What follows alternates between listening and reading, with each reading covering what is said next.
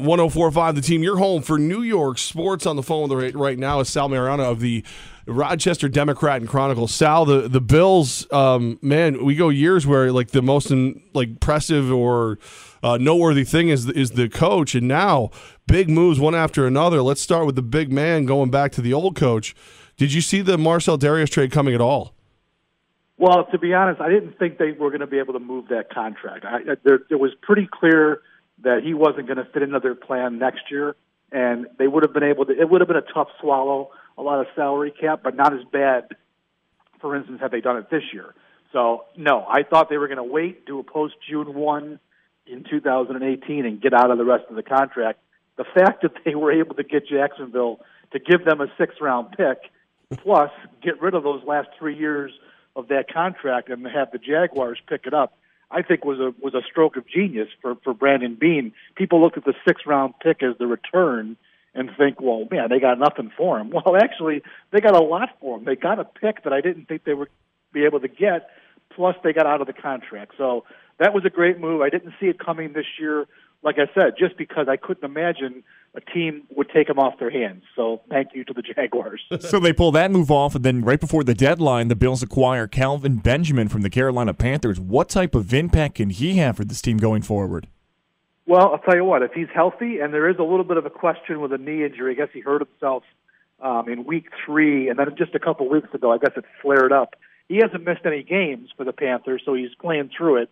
But assuming he comes here and he's healthy, yeah, he instantly becomes the best receiver on the team. I mean, he's not a speed guy. He's another possession receiver, which Buffalo seems to have a lot of.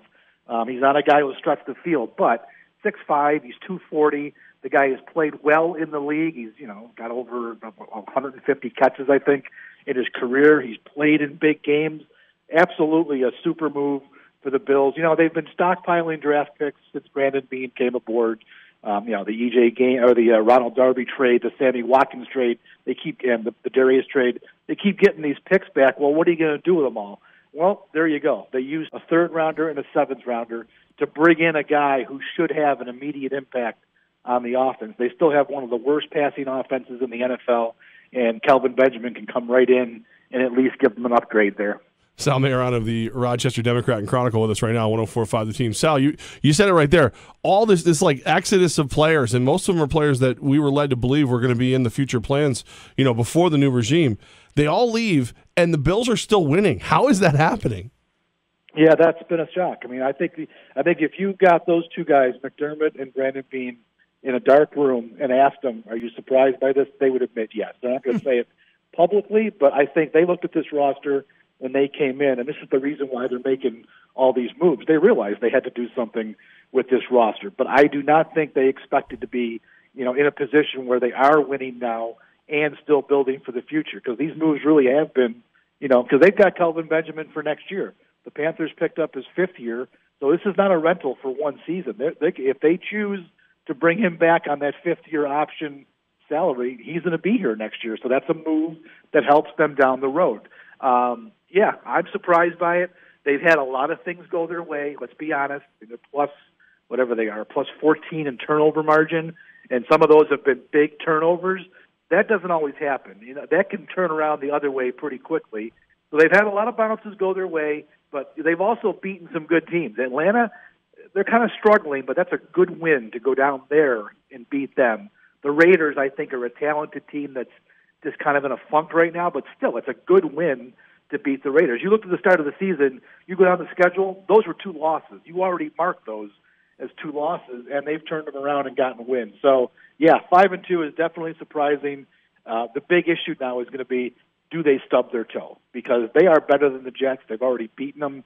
There's no reason that they shouldn't go down there and win that game, get to 6-2, and they're tied for first place. But the Bills' history tells us year after year after year, they lose these games that they're expected to win. So it's a hump they have to get over, and I'll be real curious to see if they can do it. Sal, when you make all these moves, and we've seen it, it doesn't matter what the name is on the back of your jersey. If McDermott and Beane don't think you fit, you're out. Have you seen anything that will tell you the future of Tyrod Taylor as a Bill? We haven't seen. They haven't really shared what they're thinking about. I just wrote about it today, in fact, in the paper, that he is playing himself into next year. They can very easily move on from him at the end of 2017, and I think most of us that cover the team and many fans thought that he's going to be the placeholder. They're stockpiling all these picks to make a move to get a quarterback high in next year's draft. Well, I wrote today, he's on a 2-year deal. And next season, they owe him a $6 million roster bonus on the third day of the league year.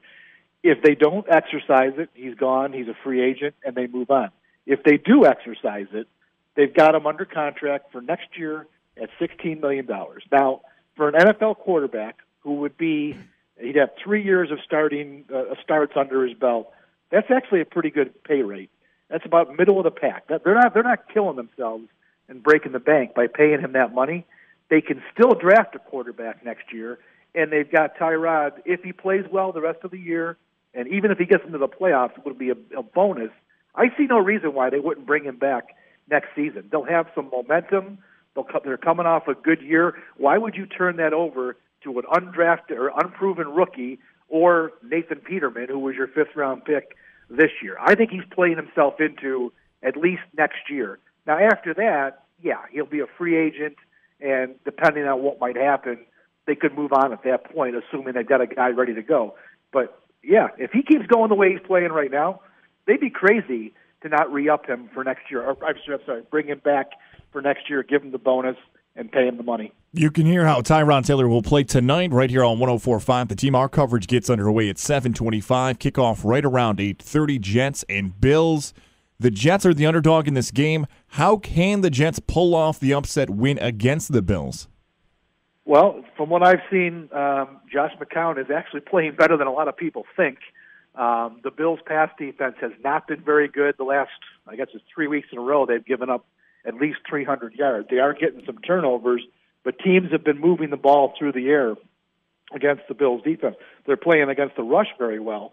So I think if the Jets, if McCown is going to have a good night, and if he can get all of his receivers involved, and a couple short fields would definitely help. If they can win the turnover battle and maybe get a couple short fields on the Bills, there's no reason that the Jets can't win. I'm writing today, in fact, that this is one of these games where, the Bills have been notorious in their history for stubbing their toe. It's a game they should win, but, this is a Jets team that everyone thought, they're going to win 1 or 2 games this year and have the first pick.